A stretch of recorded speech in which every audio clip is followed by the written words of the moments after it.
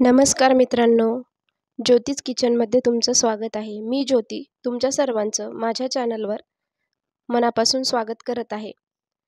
मी तुमच्यासोबत आज खूप छान असा स्नॅक्स बनवणार आहे. तुमच्यासोबत ती रेसिपी शेअर करणार आहे. अशी रेसिपी तुम्ही कधीच खाल्ली नसेल, कधीच बनवली नसेल. ज्यावेळी तुमच्याकडे अचानक पाहुणे येतात किंवा तुमच्याकडे किटी पार्टीज असतात, त्यावेळी हे स्नॅक्स तुम्ही अगदी आवडीने आणि मनापासून नक्की बनवू शकता. समोसा वडापावला मागं टाकणारी ही रेसिपी आजची आहे. खूप छान आणि टेस्टी अशी रेसिपी आहे.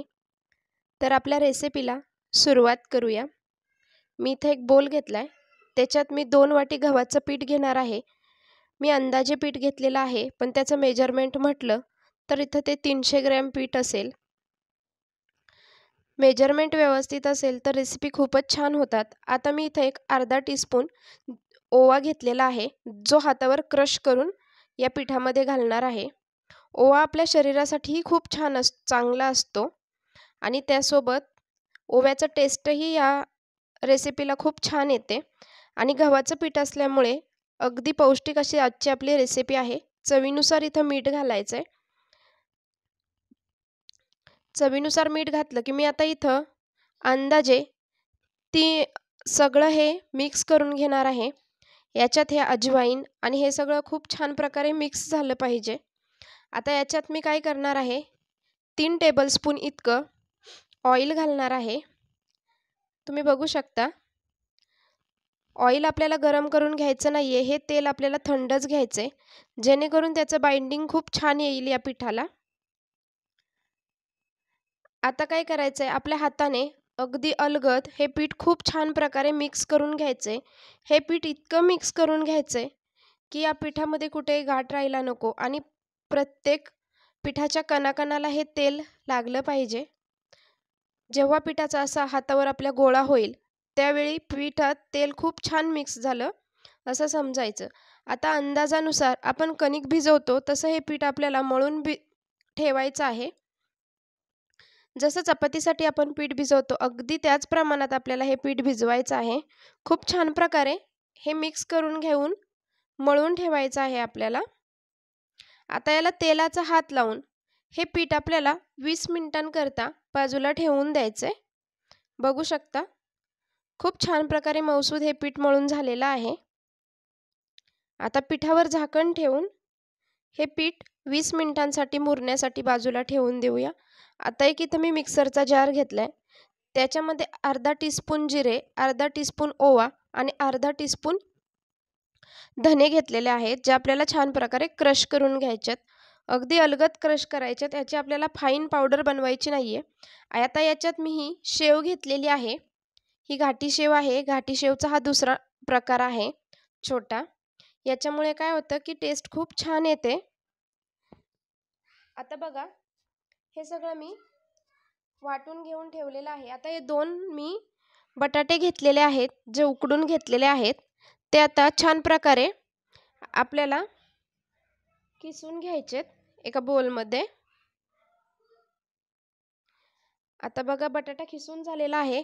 याच्यातच आपल्याला ही जिऱ्याची आणि त्याची केलेली पावडर जी आहे ती घालायची आहे. आता याच्यात मी आमचूर पावडर, गरम मसाला, थोडासा चाट मसाला आणि थोडासा घरातला बेसिक मसाला ॲड केलेला आहे आणि सगळे मसाले हे मिक्स करून ठेवलेले आहेत. आणि आता अंदाजानुसारच आपल्याला तिखट जितकं हवं आहे तितकंच आपण घालायचं आहे. आता याच्यात मी थोडंसं मीठ आणि थोडीशी साखर घालणार आहे. साखर याच्यासाठी घालायची आहे की जे आपण आजची रेसिपी बनवणार आहे त्याला टेस्ट खूप छान येते. कुठल्याही पदार्थात अगदी तुम्ही तळणीच्या जर थोडीशी साखर घातली तर पदार्थ खूपच चविष्ट होतो. आता तर चिमूटभर हळद घालायची आहे. आता हळद घालून झाली की हे छान प्रकारे मिक्स करून घ्यायचे. आता याच्यातच थोडीशी ही शेव घालणार आहे, जे आपण मगाशी शेव घाटी शेवच म्हटलं जातं याला, पण ही घाटी शेव मधली बारीक शेव आहे. आता मी याच्यात 1 वाटी कॉर्नफ्लोअर घेतलेला आहे, पण जसं यामध्ये कॉर्नफ्लोअर बसेल तसंच मी कॉर्नफ्लोअर याच्यामध्ये घालणार आहे. कॉर्नफ्लोअर याच्यासाठी घालायचे की काय होतं, आपण जे आज समोसा पाकळ्या जे बनवणार आहोत त्याला एकदम मस्त असा क्रिस्पीपणा येतो, म्हणून याच्यात कॉर्नफ्लोअर मिक्स करायचं आहे. खूप छान आणि पौष्टिक आजची ही आपली रेसिपी आहे. आता याच्यात अर्ध्या लिंबाचा मी रस घातलेला आहे. अर्ध्या लिंबाचा रस याच्यासाठी घालायचा आहे की थोडंसं खट्टी मिठी आपल्याला टेस्ट यावी म्हणून. आता हे मी अशा प्रकारे मळून ठेवलेलं आहे. हे पीठसुद्धा आपल्याला 10 मिनिटांसाठी बाजूला ठेवून द्यायचं आहे. आता पिठाचा गोळा बघा तुम्ही, एकदम लोण्यासारखा झालेला आहे मस्त असा. आता याचे छोटे छोटे मस्त असे गोळे करून घ्यायचे आहेत. आता आपल्याला काय करायचं आहे, या गोळ्यांचं एक एक गोळा लाटून घ्यायचा आहे. चपातीसारख्या चपाती आपल्याला 2 लाटून घ्यायच्यात छान प्रकारे.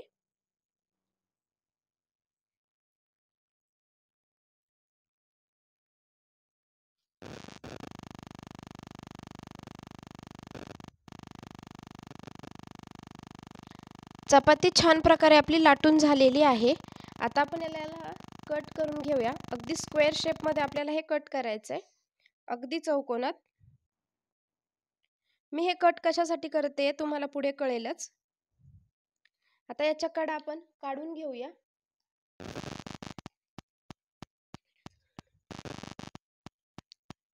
आता हे केलेले जे मिश्रण आहे, जो मसाला आहे तो इथं मध्ये घालायचा आहे. जर तुमच्या हाताला हे मिश्रण चिटकत असेल तर तुम्ही तेलाच्या किंवा पाण्याच्या हाताने हे मिश्रण अगदी पूर्ण साईडला चारही कोपऱ्यांना मस्त असं चिटकवू शकता, हाताने पांगवू शकता.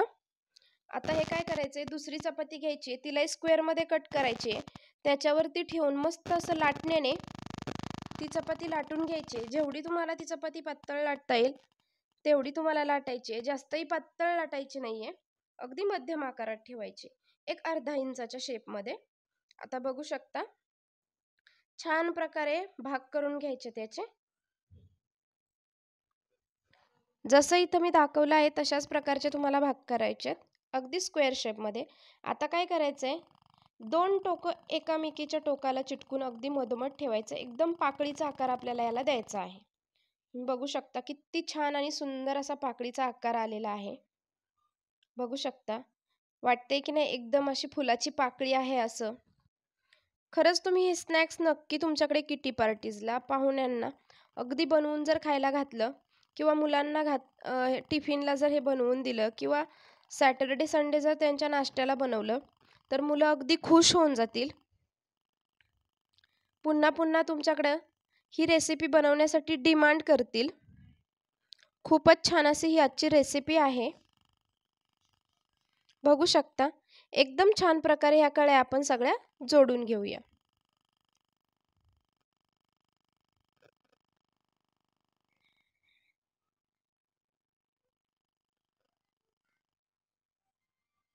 आता भरपूर साऱ्या आपल्या कळ्या जोडून झालेल्या आहेत. खूप छान प्रकारे अगदी अलगद हाताने प्रेस करायचे, खूप छान अशी कळी तयार होते. आतमध्ये स्टफिंग आहे, बाहेर आपलं चपातीच्या पिठाचं म्हणजेच गव्हाच्या पिठाचं मस्त असं एक कवर आहे. त्यामुळे ही रेसिपी अगदी पौष्टिक आणि खूप छान आणि सुंदर होते.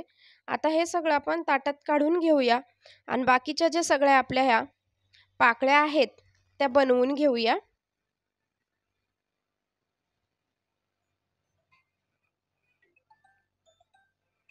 आता इथं मी गॅसवर तवा ठेवलेला आहे, सॉरी कढई ठेवलेली आहे. त्याच्यात मी तेल ठेवलेलं आहे गरम होण्यासाठी.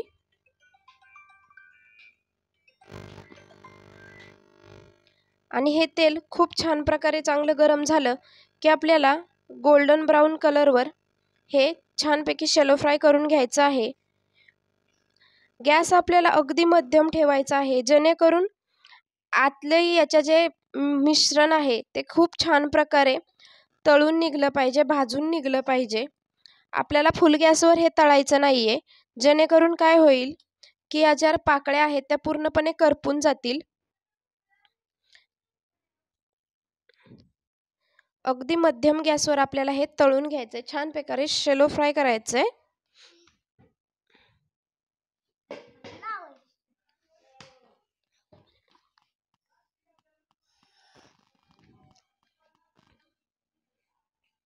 तर बघू शकता एकदम मस्त अशा या कळ्या आपल्या तर हे तळलेल्या आहेत. अगदी हलवत हलवत आपल्याला एक 7 ते 8 मिनिटं लागतात या कळ्या तळायला, अगदी मध्यम गॅसवर.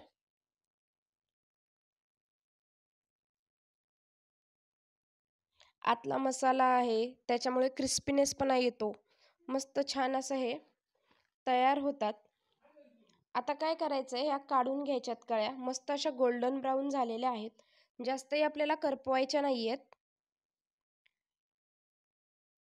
तुम्ही बघू शकता कळ्यांचा कलर अगदी मस्त, एकदम समोसा टाईप कळी अशी तुम्हाला ही दिसेल.